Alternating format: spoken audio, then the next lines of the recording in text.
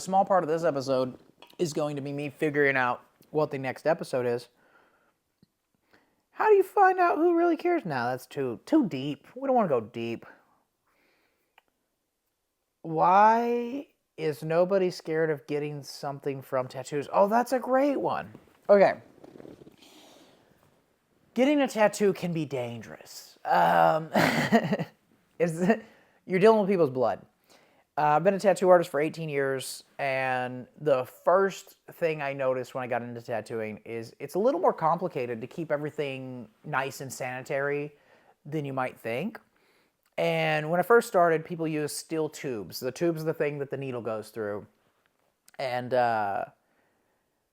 almost all of the people that use steel tubes would use them correctly. They would get done, they'd scrub it, they'd soak it, they'd throw it in an autoclave, throw it in an ultrasound or ultrasonic cleaner first.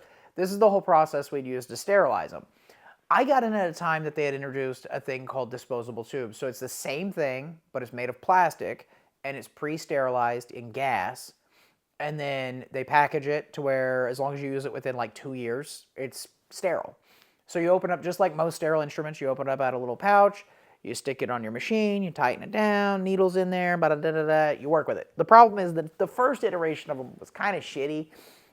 They just weren't that stable. They were really loose plastic, so a lot of people didn't like them. It took a long time for people to adapt to that. But what that did for tattooing is it put a little bit more of the ownership of the safety stuff on bigger companies that are not some dude that sometimes smokes cigarettes while he makes needles in his garage, which is legit. Like, people used to make their own needles. It was really cool. Nobody really does it anymore that I know of, but I kind of vaguely like figured it out just because I thought it was cool. I've never used one that I made, but I have done a little soldering. It's pretty cool. But the point is, people a long time ago would make a needle. And by make, I mean you order the actual needles, and then you put them on a needle bar in a jig, and you solder it together, and you have a tattoo needle. And then they would have to sterilize them. But before that, they would just make them. They wouldn't even sterilize them bitches. And the early days of tattooing, and everything I'm talking about here is electric tattooing, modern tattooing. I'm not talking about the fucking dudes in the Polynesian islands. No, not talking about the guys in Japan. No, talking about modern tattooing. It kind of started where people would have a liner and they'd outline stuff, and then they'd fill it in basically with the same needle, or at least that's what I heard. And then people got into, they'd have a liner and a shader.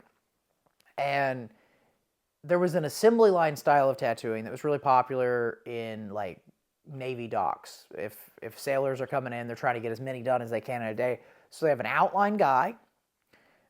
They have a black shading guy that puts the black in, and then they have a color packing guy. So if you got a tattoo that had just an outline, you just go to guy number one. If you go to normal tattoo, you're going to all three. Sometimes you're just getting a black tattoo, you just go to the first two guys. But you go down and you sit your arm down, let them tattoo you, go to the next guy, let them tattoo you. They would not change needles or anything. They used a rag that was in a bucket to wipe the, they'd like dip the rag in the bucket and wipe the excess ink off. And we've come a long way since then. So like, I'm not saying it's dangerous now. Compared to that, it's fucking great. But it started out like that. And then I want to say it was about the 90s that people started realizing like, hey, AIDS has been out there for a while. We should probably put gloves on. Like, you can see pictures of people in the early 90s not wearing gloves tattooing. That is more to protect the artist, though. It helps you, too, because who knows what's on our hands. But it's more to protect us. Think of a glove like a condom. And then fast forward to where I started. From that, we had gotten to everything sterilized, except the machine. You can't really sterilize the machine. So the clean people that were trying to be very careful would put a clip cord sleeve on their cord, which is basically just a disposable cord. Think of a condom or a disposable cover. It's a piece of plastic. And they put a bag, which is basically like a little sandwich bag, on their machine. And what that would do is it would make it where if anything splatters on their machine or the machine somehow inadvertently touches you, anything that was on the machine doesn't make it to you, just like a glove or a condom. The sleeve on the clip cord, I think, is really important. The machine actually, there's a safe way to tattoo a lot of tattoos. You don't really have to cover the machine the way it was made back then. But I'd still say it's the best thing to do. The cord, however, there's only a few parts of the body you shouldn't have to cover your cord, so you might as well just fucking do it. And then that went to people were doing that. Some people would cover the cord, some people wouldn't. People that didn't cover their cords are basically dragging a cord through your blood and then sometimes cleaning it off with a cleaner that's supposed to kill most diseases and then tattooing the next person. And then some people weren't even cleaning their cord. So they would just drag a bloody cord all over your body. Like let's say you're getting your ribs tattooed and they're just and you feel that cord just dragging. It's getting your blood on it. What's in your blood? Hopefully nothing. But if you have one of the many bloodborne diseases, a bloodborne pathogen that when spread to another person will give them your disease is in your blood. So if you're thinking, well, what about all the people that don't have diseases? We don't know. We're not testing everybody. We're trusting that you're telling us the truth on the paper, but we just if you're doing your job right, you treat everybody like they have something. You don't go, oh, I know this guy, it's fine, and pick up a dirty paper towel that has his blood on it and just toss it barehanded. No, you wear gloves, you clean everything really good, you cover everything really good. But I don't know what happened. It used to be when I started tattooing, you had to show everybody your needle so that they knew it was a brand new needle because people would reuse needles back then. Needles at the time were costing between 20 cents and 35 cents. They were not very expensive. I have no fucking idea why you would reuse one. Not just for safety reasons. They're better when they're new. They're sharper. They work better. They start getting barbed after you do a 10-hour tattoo, the needle's a little different at the end. If you tattoo certain people's skin and you're using a really fine needle, like a little bug pin 3 or something, sometimes those needles, if you look under a microscope or at least through an eye loop, you can kind of tell, but if you look at them, there's a little damage at the tips. Not that I'm doing that every time, but I've taken a peek. I've cleaned off a needle at the end and gave it a little doop, and they're not in the same condition as a brand new needle. So for several reasons, it makes no sense to reuse needles. Now needles have gotten more expensive because they're in what's called a safety cartridge. Safety cartridge is what you're seeing most of the time when you get tattooed now. My guess is it probably came out in around 07, 08, something like that. Cheyenne Tattoo Machines invented a whole new system. So Cheyenne, I believe they started out in the beauty industry. So I'm guessing they started out with something like it was for permanent makeup or something. But they came out with a machine that was a rotary, that was really powerful, that was really good, that you click a cartridge in, and let's say I need a 3, a 5, a 9, and a 15 mag for this tattoo. Well, I used to set up a machine for each of those, so I'd have 4 machines. And when Cheyenne came out, I would just need that one Cheyenne machine. You cover the machine really good. The grip's autoclavable, so if you have a problem, you just throw the grip in an autoclave and sterilize it. And then you stick these cartridges in, and the cartridge keeps anything from leaking inside the machine.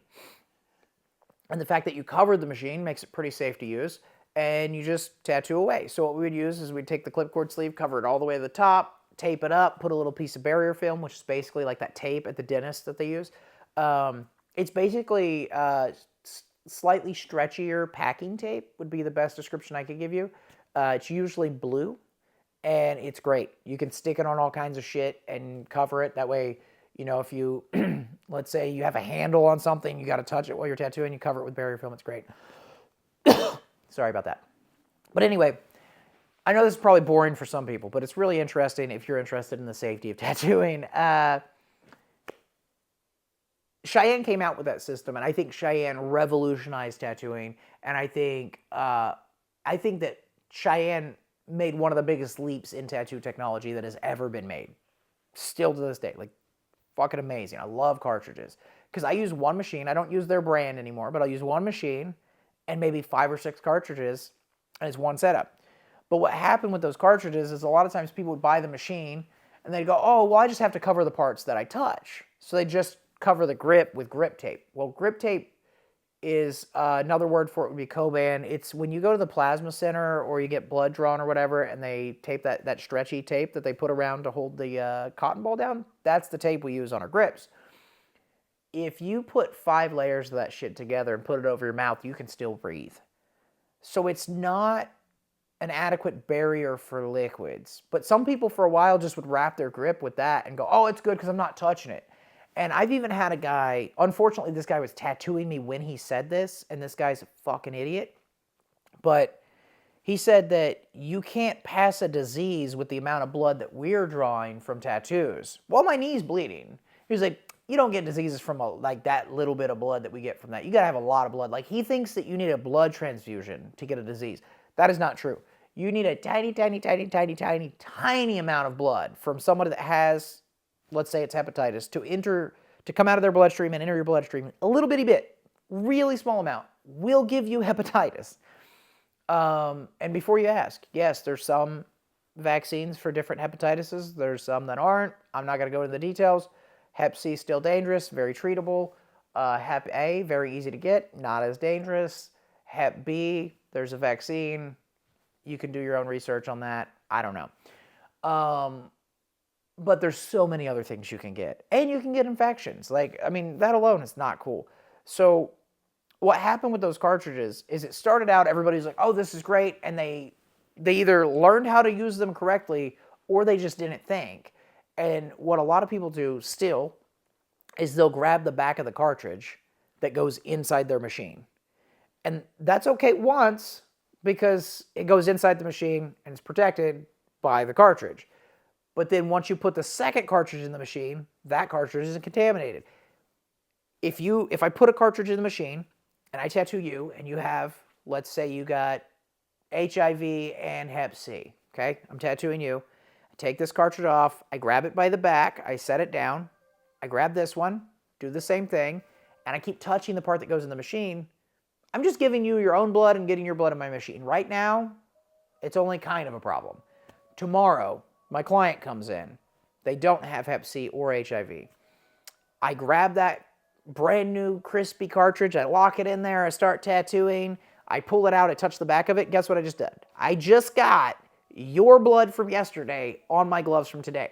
And I'm giving this person the benefit of the doubt and saying they're not tattooing two people 20 minutes apart. Because some stuff will die down. Like HIV is probably going to be fine. Hep C is probably not going to be fine. You're probably going to get it from them touching the back of that cartridge. So many tattoo artists out there right now don't give a shit. They even make a device that holds your cartridges where the only way to grab them out of it is by touching the back, which means you're filling the inside of your machine with people's blood. So there's just a cocktail of several bloodborne pathogens in your average tattoo machine from a lazy tattoo artist. So I've brought this up with a few artists. I've asked them about it. I was like, hey, you know, you're touching the back of the cartridge, like you're going to get some blood in your machine. And they go, yeah. I mean, if somebody gets something, they won't know where they got it from. And I've seen the same thing with not wrapping the machine. One time I was talking to this guy that was tattooing, and I was like, so you put a grip on there, but you don't like cover the whole machine? And he goes, well, it's non-porous. You can wipe it down. It'll be fine. Which theoretically is true. If you have a smooth surface and you use all the right cleaners and you get somebody's blood on it, theoretically, it shouldn't pass a disease from person A to person B. But that's if you clean it right, if you give it the exact amount of dry time or more, and if you didn't miss any spots, and if the company that put that chemical in your wipe did it right, maybe it actually works. It's something like 95% effective would be my guess. It's not 100%, I can tell you that for sure. It might say 99 on the bottle. Let's say it is 99. You do that 100 times a year. That means you're giving one person a year a possible disease. Or you forget to clean it one day or whatever. You didn't cover it. But that's not near as bad as the cartridge thing. Like that, I still think he's wrong, but I'm not terrified to get tattooed by him. But the point is, people trust the health department or whatever regulating entity they think is regulating it. But the reality is we regulate ourselves. Like our health department comes in and they make sure we have hot running water. They make sure we've displayed our license, that they don't want to send us on time even when we send them the money. We have to drive to Oklahoma City in person and beg for it sometimes or make 10 phone calls a day. It's very much a pain in the ass. They check and make sure we're disposing of our sharps correctly, which is like our needles and things like that we put in a sharps container because they have people's blood on them. So they do check on a few things. We have hot water. We have our license displayed. We have a sharps container. they don't make sure I have a bag on my bottle or a cover on my machine or a cover on my armrest. Like, you could actually probably be tattooing, have them walk in and have somebody's blood all over your armrest and all over your machine and all over your bottle that are not single-use items, and then they'd go, "Where's your license at?" Probably wouldn't even notice because they're trained to do other things. They're trained to do prisons and kitchens and whatever. They're not like highly trained tattoo inspectors. They're just health inspectors in general. So it's not their fault that they don't know every detail of it. They couldn't know every detail of it and all the other things they're expected to know. But you should, if you want to get a tattoo, you should look into it and you should watch your tattoo artist maybe tattooing somebody else. Or you can look at certain people and trust that they're just going to be good, ask reviews, whatever. That's probably fine. Your average person that I would say is considered a good or well-known tattoo artist is probably not doing anything crazy dangerous, but it's not always the case. I've seen people that are top of the game, really, I mean, $3,000 an hour, or I'm sorry, $3,000 a day tattoo artist. That's, I mean, for the rate they're tattooing you for 4 hours, that's pretty expensive. The point is, people that charge $3,000 for a single tattoo that's, you know, palm size, I've seen them not cover their machines, not cover their bottles properly, grab a bottle of ink, put their bloody finger on top of it and shake it and pour it out and then put it back in their toolbox. I've seen so many disgusting things at tattoo conventions by some of the top tier artists. So just because they're really good at tattooing does not mean they're really good at safety. Just because they're really bad at tattooing does not mean they're really bad at safety. The two don't necessarily collide every time, or align every time, I mean. So I would do a little bit of research before getting tattooed. And this is coming from a guy that I want you to get tattooed. It's how I make my money. And I can also tell you, if you get tattooed at my shop, you're getting tattooed by 2 very safe people and myself, also very safe. So 3 artists, all very safe, you're good. If you get tattooed by some people I know around Oklahoma, if you ask me, I'll tell you what I think. I'm not going to tell you publicly because I don't want to piss people off, but tattooing's still a little dangerous, and you should be careful.